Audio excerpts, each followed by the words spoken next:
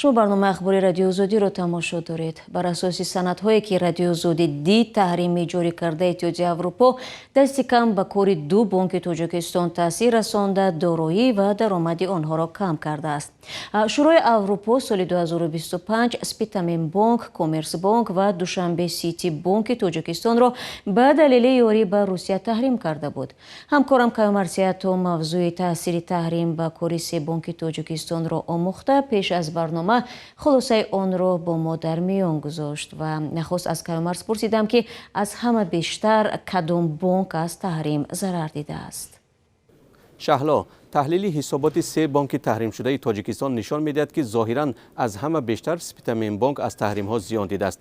این حسابات را بانک ملی تاجیکستان نشر کرد و ما نسخه آن را دیدیم. طبق آن بعد از جاری شدن تحریم و به اجرا درآمدن آن در ماه نوامبر سال گذشته، دارایی‌های سپیتامین بانک از 3 میلیارد به 2 میلیارد و 700 میلیون سومانی کم شده است. اینچنین پول امانتگزاران در این بانک تقریباً 300 میلیون سومانی کاهش یافته است. البته نمایندگان سپیتامین بانک نگفتند که این امانتگزاران کیها بودند و چرا پول خود را از بانک پس گرفتند. فایده سپیتامین بانک هم بعد از تحریم شدن بانک از 69 تا 57 میلیون سومانی کمتر گشته است. ما در این مورد با بعضی اقتصاددان ها صحبت کردیم.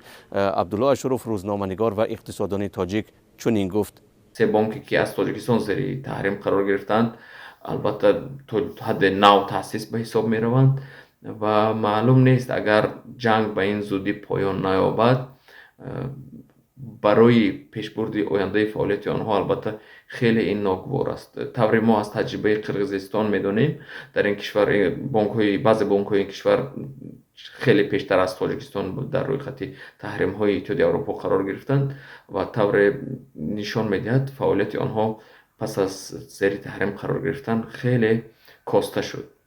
شهلا، تحلیل حسابات کامرس بانک تاجیکستان هم نشان میدهد که بعد از تحریم دارایی‌های بانک از 2 میلیارد و 700 میلیون سومانی به تقریبا 2 میلیارد سومانی کم شده است. همچنین پول امانتگزاران در کامرس بانک تاجیکستان بعد از جاری شدن تحریم ها 700 میلیون سومانی کاهش یافته است. با وجود کم شدن دارایی و امانت ها، درآمد کامرس بانک تاجیکستان در سال 2025 بیشتر گشته است.